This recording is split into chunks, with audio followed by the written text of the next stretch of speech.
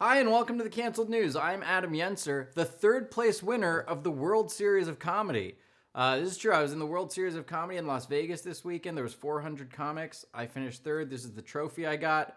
It has a female softball player on top for some reason. So I'm going to set this with my Ellen Emmy Awards, and then every trophy I have has a lesbian on it. If you enjoy the show, be sure to like, subscribe, and share it so we can grow our following. Now, I taped this show on Saturday nights, and here in California, our tyrant governor Gavin Newsom is instituting a new curfew that says all non-essential business has to stop at 10 p.m. tonight, because apparently even though COVID's 19, it can't stay out late or something.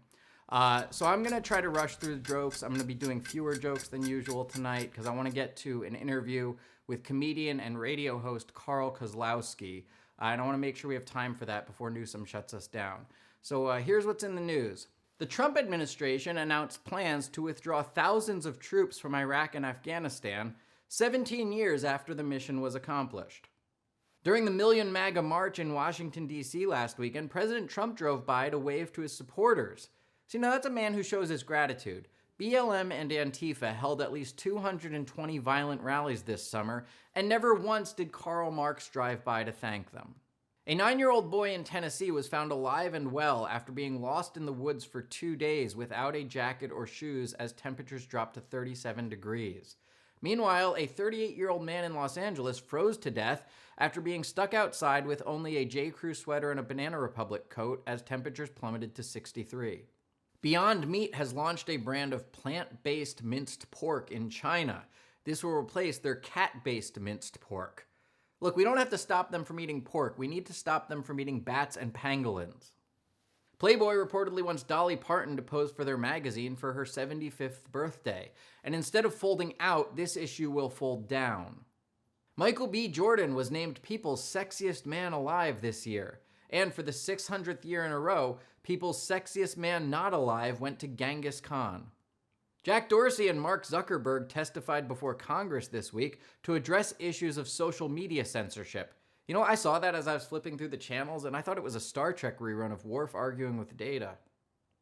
A man wanted for operating a Ponzi scheme tried to escape the FBI on an underwater jet scooter.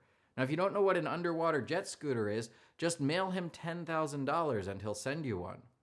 Barack Obama's new book is on track to become the best-selling presidential memoir ever. It's projected to surpass the previous record holder, William Howard Taft's Stuck in a Tub. An Indonesian coffin maker became a millionaire after a rare and valuable meteorite crashed through his roof, killing dozens of people and increasing coffin sales. China is now accusing Italy of starting the pandemic. They claim the virus jumped to humans from an undercooked pangolin parmigiana. A new survey found that millions of people still use easy, obvious passwords like 1234 and password. Even more troubling, the survey was conducted by simply asking people, hey, what's your password? Quentin Tarantino is releasing a novel of Once Upon a Time in Hollywood, which will include a bunch of deleted scenes, for anyone who didn't think Once Upon a Time in Hollywood was long enough. All right, you know what? It's getting close to 10 o'clock. I got to speed this along so that we get to Carl's interview before Gavin shuts us down. Oprah's Favorite Things are now available on Amazon. That's right, you can buy ham, meatballs, and whipped cream on Amazon. After an argument on the Senate floor, Senator Ted Cruz called Senator Sherrod Brown a complete ass, as opposed to the other Democratic senators who are only half-assed. I don't know what's more shocking, that Ted Cruz cursed or that there's a white guy named Sherrod. Harry Styles became the first solo male to appear on the cover of Vogue. He then got a copy, becoming the first solo male to buy a copy of Vogue. Spike Lee is going to direct a musical movie about the creation of Viagra. It's called Malcolm XXX. Some Trump supporters are now claiming that the mafia rigged the election for Joe Biden. They're even calling Biden the great godfather. Okay, that's it for the news. Now here's my interview with comedian and host of Radio Titans, Kozlowski. So are you back in LA right now? Yeah, I'm in LA. Nice. Lived here for 17 years and was in Chicago 8 years before that. That's where I got into comedy. I Nice. studied at Second City, and I was also hired as a writer there for a while. And then in LA, I was mainly doing stand-up as far as comedy goes. And I also ran a podcast business called Nice. Radio Titans for several years. And that's how I met you, I think. You were a guest on one of my political talk shows. So tell everyone, for people who don't know you, what are you up to now? Okay, well, I live in Little Rock, my hometown now, but I've been super active. Like now that I live in a red state and I don't have to watch my back all the time, because I mean, I was pretty open about being conservative on Facebook, but I would pull my punches sometimes, and it would dilute my message in some ways once in a while. Like I was for all sorts of conservative things, but I always had an issue with guns back then. And that you were pro-gun or that you were anti-gun? I was anti, and people were always like, "Why are you anti-gun? And you're like so conservative on everything else." But then when these riots hit this summer, I was like, "Holy crap!" And so now I'm like, "Go get a gun, lock and load." Well, I think that the interesting thing to me about, regardless of how it turns out right now, Trump it's been such a close race in so many of these states, the ones that are in dispute right now, that it's like at the very least we can hold our heads up and say, hey, at least we can say this wasn't some giant rebuke that we're. I mean, absolutely. Yeah, I was very glad that we'll be able to hold the Senate, it looks like at this point, and gain a few seats in the House. So yeah, this hasn't really been there was no blue or red wave one way or the other like some people were predicting. Are you still doing a podcast right now or no? Yeah, I'm getting ready to. I want to do one. I'm working. While I'm in town, I'm talking with two different people about that. So I don't know for sure yet, but I will promote my archives. I have hundreds of shows with tons of celebrity guests. I was really good at always getting A-list guests, and you can find them at radiotitans.com. And they're also available, on all the platforms. But if you go there, you can easily find stuff.